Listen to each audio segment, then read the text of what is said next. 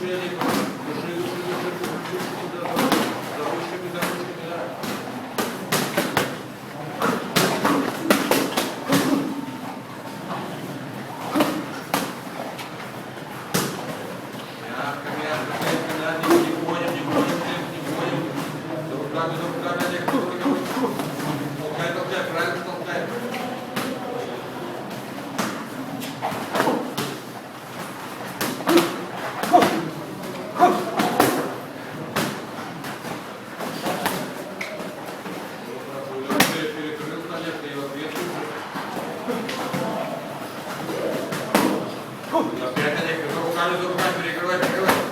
Вот хорошо перекрылся. И тут его ответ. Он справа бьет, перекрываешь, он бьет справа.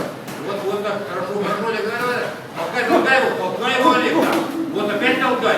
Толкай, вот опять толкай. За руками, Олег. Сейчас, Бога, быстро, движет, провалил. Давай, пожалуйста. Толкай его, Олег, не дай ему работать. Вот не дай. Дай, куда башку опять? Вот, встал. Потерпи. Толкай на левую рукой, Олег. Иди на него, толкай прямо его.